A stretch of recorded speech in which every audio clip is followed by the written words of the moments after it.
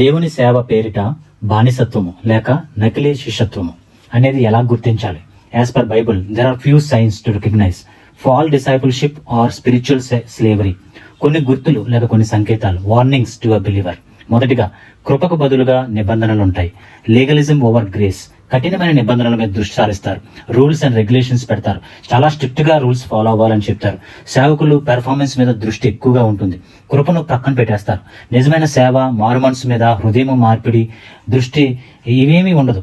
దేవుని ప్రేమ చూపించటము, కనికరం చూపించటము ఇవేమీ వీటి చోటు ఉండదు. అంతరంగ మార్పుని దృష్టి అలాంటివి ఏమీ ఉండవు.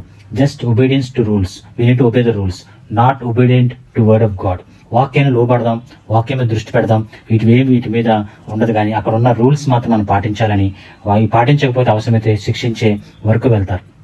రెండోది కంట్రోల్, నియంత్రణ, డిపెండెన్సీ, ఆధారపడము. క్రీస్తుపై ఆధారపడకుండా సంఘ నాయకులు లేక బోధకులు వారి మీద పడేలా చేసుకుంటారు. వ్యక్తిగత నిర్ణయాల మీద కూడా వారు కంట్రోల్ పెడతారు. కుటుంబ విషయాల్లో కూడా తలదూరుస్తారు. ప్రతి నిర్ణయం, అది వ్యక్తిగత నిర్ణయమైనా, జాబ్ నిర్ణయమైనా, లేక వివాహం గురించి అయినా, పిల్లల గురించి అయినా, ఏ విషయంలోనైనా ప్రతి నిర్ణయంలో కూడా వారికి చెప్పకుండా చేయకుండా అలా చేస్తారు. వారి మీద ఆధారపడేలా చేస్తారు. వారు లేకపోతే మనం లేవు అన్నట్టుగా అటువంటి పరిస్థితులు మన జీవితంలో తీసుకుని వస్తూ ఉంటారు. అవసరమైతే భర్తను కూడా పక్కన పెట్టి పాస్టర్ గారు లేదా పాస్టర్ గారు చెప్పినట్టుగా వినేలా చేస్తారు. వాళ్ళ మాటే దైవవాక్కులాగా వాళ్ళు ఆ విధంగా చేస్తారు. వాక్యానికి విరుద్ధంగా బోధిస్తారు. మూడోది, వాక్యము వారికి ఇష్టం వచ్చినట్టుగా వాక్య రెఫరెన్స్లు వారికి అనుగుణంగా వాళ్ళ విశ్వాసుల్ని భయపెట్టడము, సేవకుల్ని ప్రలోభ పెట్టడము, ఏదో ఒకటి చేసి వాళ్ళు లోపరుచుకుంటారు. ఎందుకంటే వాళ్ళ పర్సనల్ గెయిన్ ప్రమోట్ చేయడం కోసం, వాళ్ళు డెవలప్ అవడం కోసం, వారు అనుకున్నది జరిగించడం కోసము వారికి నచ్చిన విధంగా దేవుని వాక్యానికి మ్యానిపులేట్ చేసి వాళ్ళ ఇష్టానుసారంగా వాళ్ళు ఆ వాక్యాన్ని ప్రలోభ పెట్టి భయపెడతారు.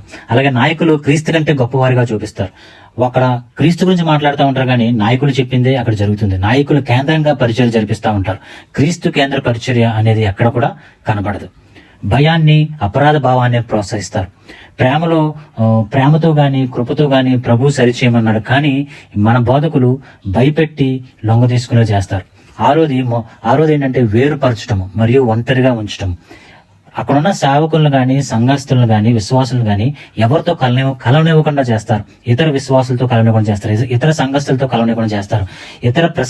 ఇతర సేవకుల ప్రసంగాలు కూడా వినకుండా చేస్తారు. వాళ్ళ ప్రసంగాలు మాత్రమే వినేలా చేస్తారు. ఒక సెపరేట్ గుంపుగా ఉంచుతారు. వీరు మాత్రం ఒక పెద్ద సామ్రాజ్యాన్ని కట్టుకోవడానికి ప్రయత్నం చేస్తూ ఉంటారు.